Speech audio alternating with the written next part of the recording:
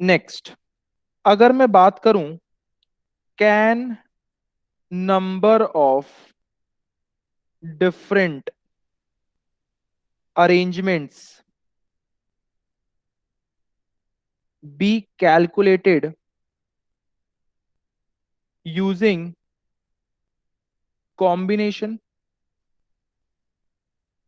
क्या हम कॉम्बिनेशन को यूज करके number of different arrangements calculate कर सकते हैं क्या? द आंसर इज यस, बिल्कुल कर सकते हैं। इसके लिए हम एक एग्जाम्पल लेके चलेंगे। The answer is yes. इसके लिए हम एक एग्जाम्पल लेके चलेंगे। एग्जाम्पल इज, मान लो मैंने तुमको एक वर्ड दे दिया, that word is square. Total कितने अल्फाबेट्स दिखते हैं हमें यहाँ पे? सर टोटल हमारे पास एन इज 6, 6 अल्फाबेट्स है।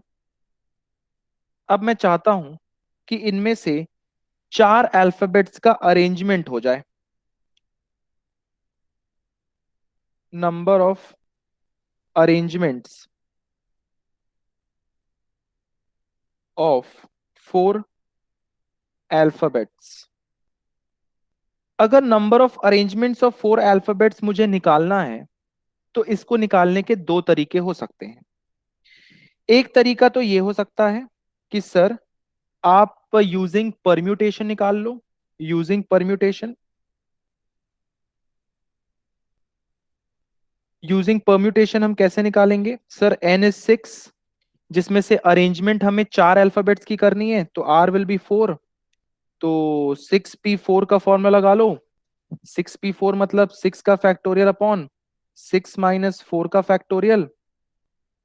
6 का फैक्टोरियल कितना होगा रिवर्स में? 6 × 5 × 4 × 3 × 2 का फैक्टोरियल डिवाइडेड बाई 6 - 4 मतलब 2 का फैक्टोरियल। तो यहां पे हमारे पास आंसर कितना आ जाएगा?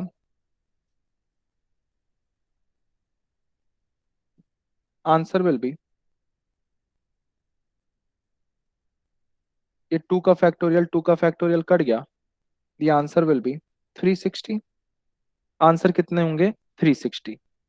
मतलब क्या है? 6 अल्फाबेट्स में अगर आप 4 अल्फाबेट्स का अरेंजमेंट चाहते हो, तो 6p4 कर लो and the answer will be 360।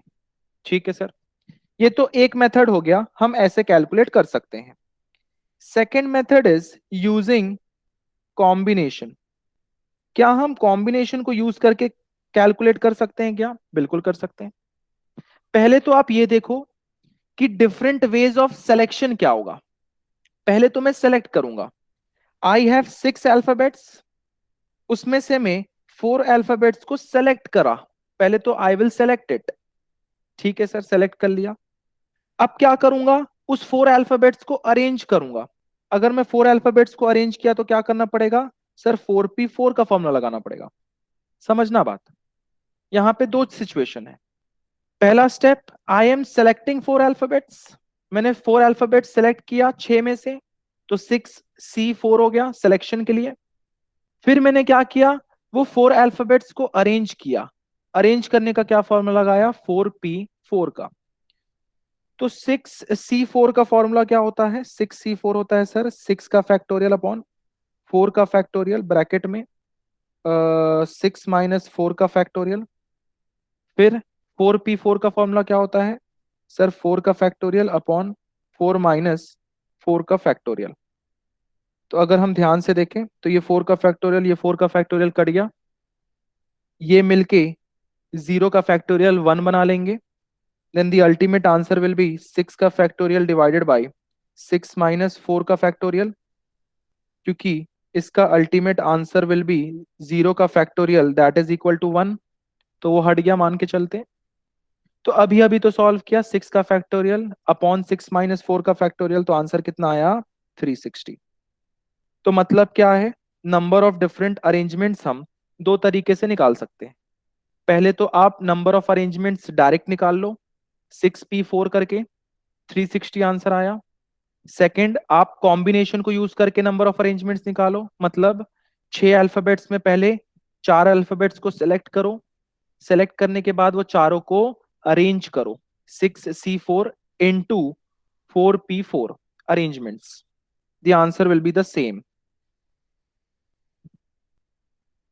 तो ये मैंने तुमको समझाया कि number of different arrangements can also be calculated using selection method, that is combination method.